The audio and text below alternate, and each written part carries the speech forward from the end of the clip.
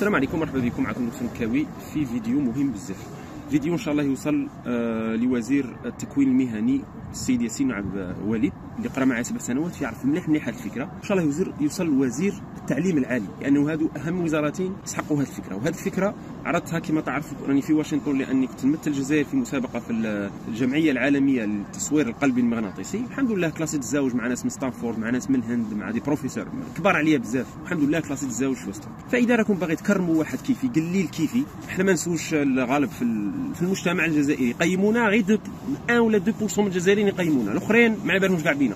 فقيمونا شويه كما تقيموا اصحاب البالو، كما تقيموا اصحاب البوكس، قيمونا. يعني هذه الفكره انا عرضتها البارح على رئيس الجمعيه الاوروبيه لتصوير القلب لو سي في، عجبته بزاف وقال لي اتصل بيا من بعد، ارسل لي ميل ودير لي. انا راني نحوس ننتقل، ماذا بيا هذه الفكره تطبق في الجزائر، لانها لو كان ما تطبقش في الجزائر راح نطبقها في جهات اخرى. كي نطبقها في جهات اخرى كاع الفضل اللي يروح لديك الجهات الاخرى، ما يروحش للجزائر.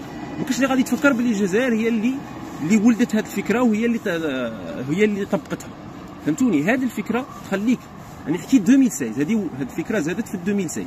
ذاك الوقت كنا نقولوا هذه الفكره تقدر تترجم كتاب من 1000 صفحه، كتاب علمي من 1000 صفحه في ظرف اسبوع. دركا في وقت الذكاء الاصطناعي قادر في ظرف يوم واحد، كيكونوا الناس لان يعني عمل جماعي، كيكونوا الناس اللي يخدموا فيها عارفين البرانسيب والميكانيزم تاعها. في نهار، راني نقول لكم في نهار، في عام لو كان الاساتذه تاع الجامعه تاع التكوين المهني وكان يكونوا عارفينها، في عام تولي عندنا مكتبه ضخمه.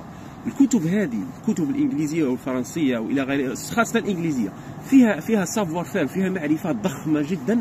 الشعب الجزائري ما تعطش لها، ماشي كاع الشعب الجزائري، نسبه من الشعب الجزائري اللي هما النخبه اللي يقودوا المجتمع ما تعطش لها. انا كانوا عندي افكار انا مثلا طبيب كانوا عندي افكار في الالكترونيك، في نسحق حاجه في الالكترونيك، نسحق حاجه في الامبريسيون 3 دي، بصح انا نروح نقراها بالونجلي راح يغبني، راح نتعذب معاه. كي نروح نقراها بالعربيه، اللغه العربيه اللي قريتها 13 سنه من حياتي ونسمعها في الجامع كل يوم، ونسمعها في الاخبار، ومي كنت ببز في الميكيات نفهمها، باش ما يجيش واحد يقول لك اللغه ماشي تاعنا، احنا نهضروا بالدارجه. هذه اللغه لا بلوبار تاع المثقفين يفهموا. احنا ما خصناش نترجموا كتوبه ل 40 مليون جزائري، نترجموا كتوبه لمليون جزائري، هذوك النخبه اللي يقودوا، اللي يصنعوا لك الدرون، اللي يصنعوا، اللي يديروا لك اكتفاء ذاتي.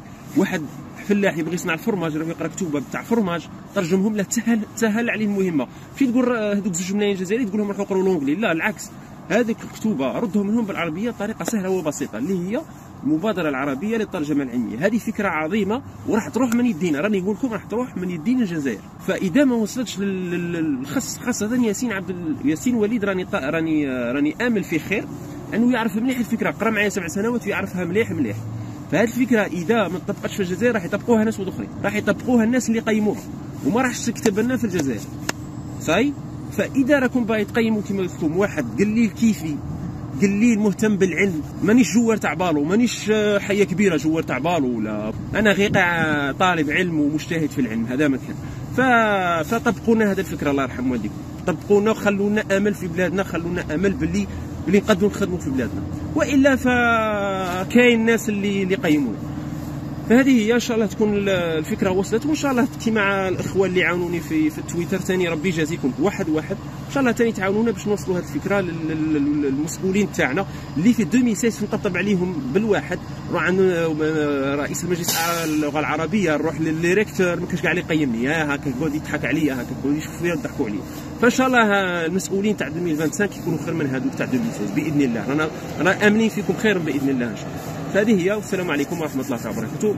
ونشروا لعل الاجر يكون مكتوب لكم في ان هذه الفكره تحيا من جديد. والسلام عليكم ورحمه الله وبركاته.